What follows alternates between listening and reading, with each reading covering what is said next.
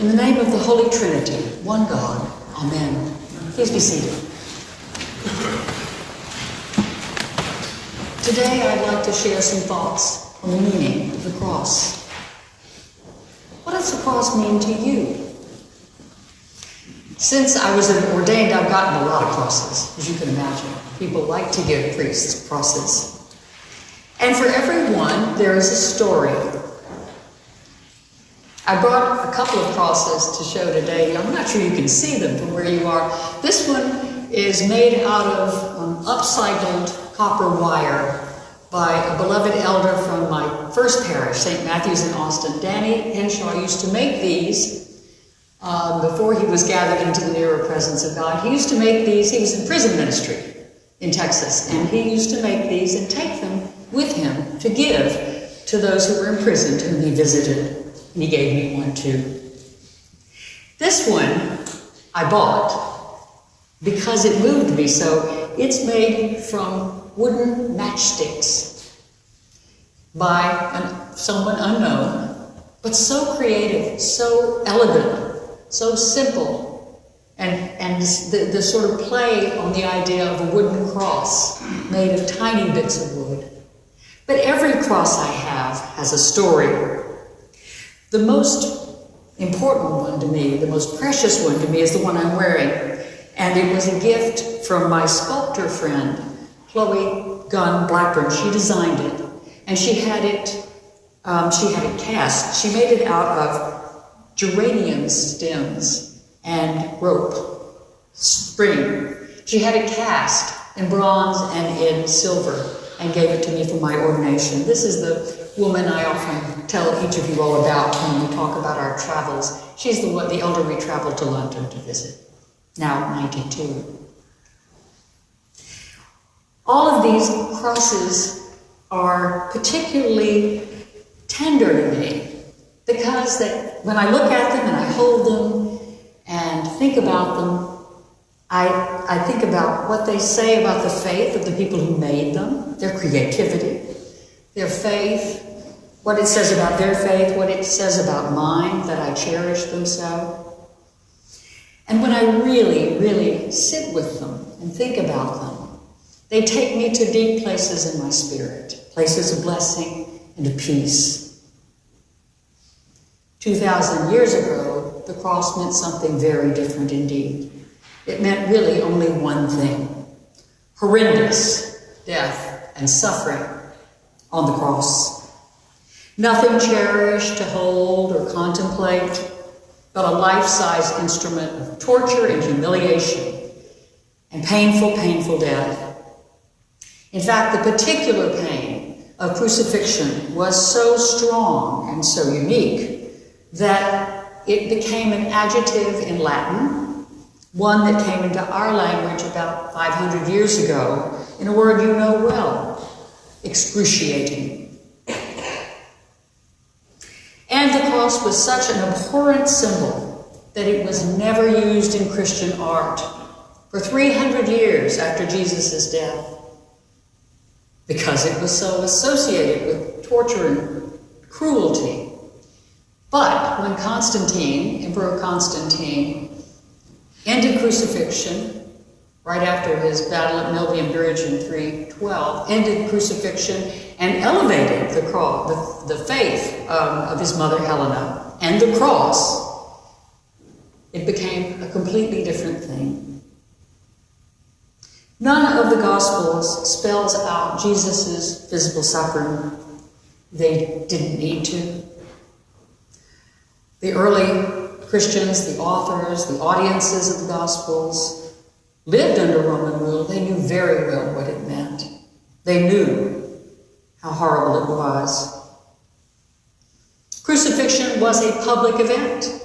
It was staged for everyone to see, to be a deterrent. Anyone who thought about opposing the empire in any way. A display of ruthless power.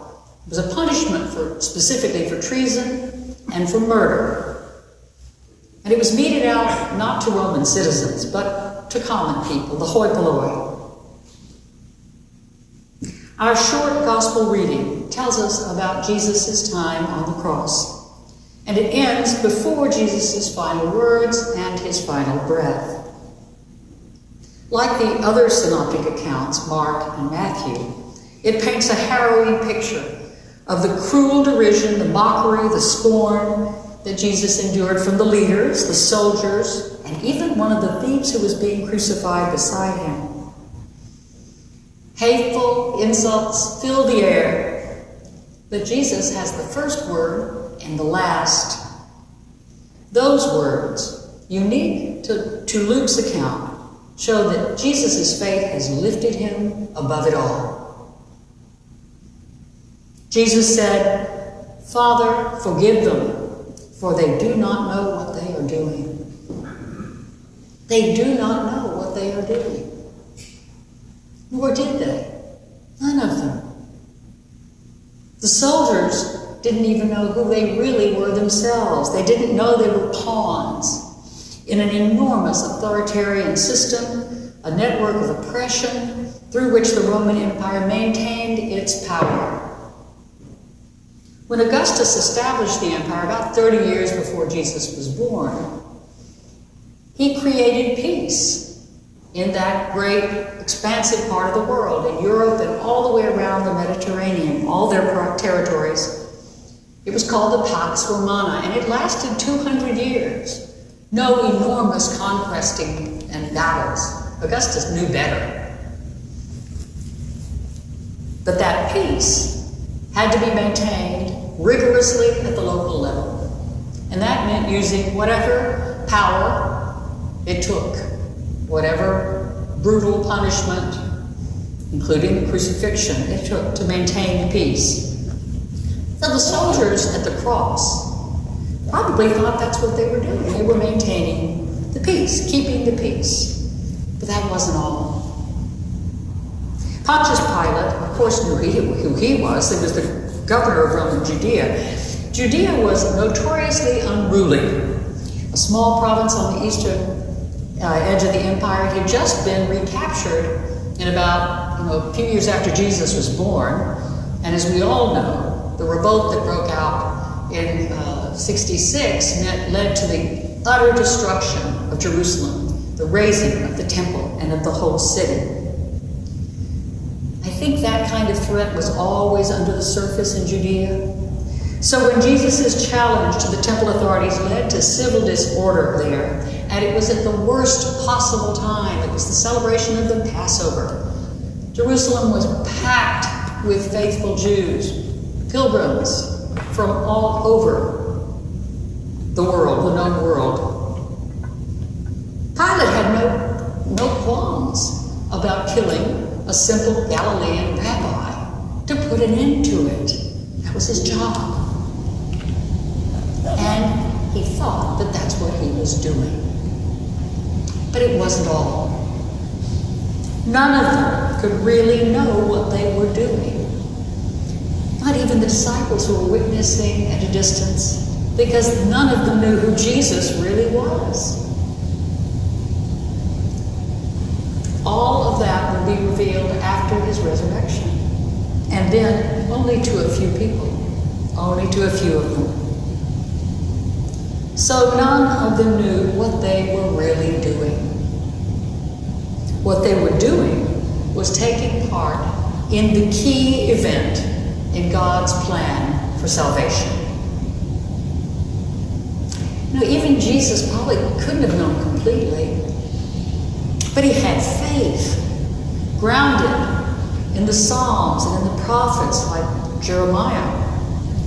Jesus had faith in God's righteousness, in God's dominion, in God's peace that transcended all time and space. And Jesus trusted that in the end, God would prevail over any and all earthly power. Jesus' words in Luke reflect the depth and the strength of that faith. Father, forgive them.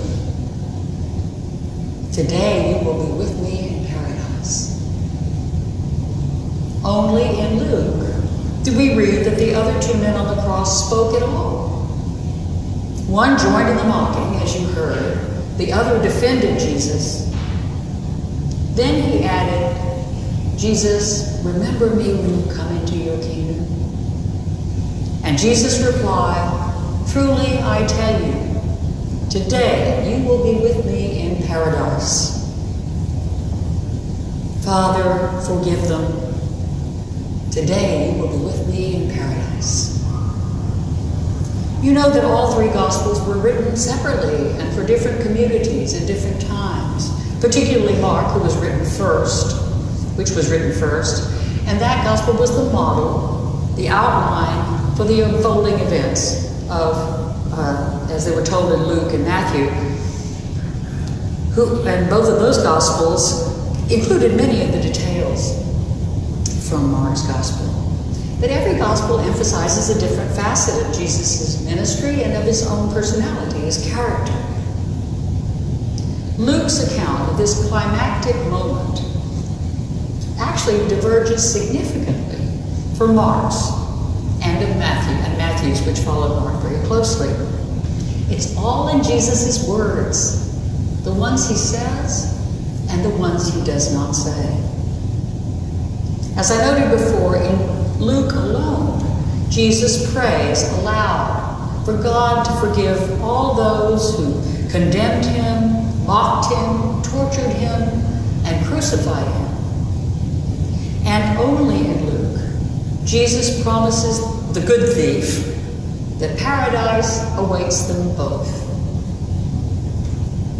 What this means is that even on the cross, Luke's Jesus reached out selflessly to others, embodying God's love for them all.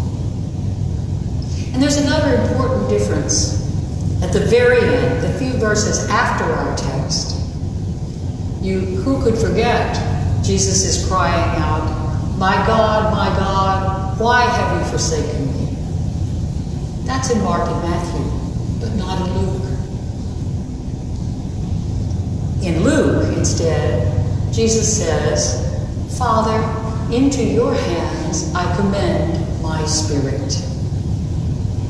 Father, into your hands I commend my spirit. You see the difference. Jesus' words in Luke express his unwavering faith in God's loving presence in the moment and God's providence, even while he was in the throes of death.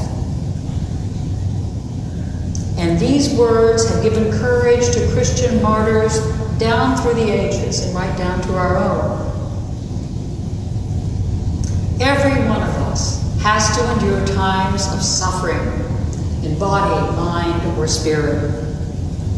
In those times, as Paul wrote to the Colossians, may we be made strong with all the strength that comes from Jesus' glorious power, and be prepared to endure everything with patience. So, following Jesus' example, let us open our hearts to receive God's love and mercy and to share it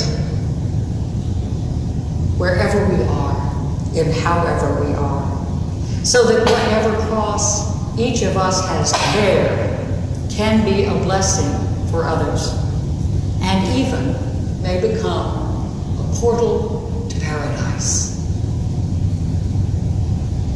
Amen.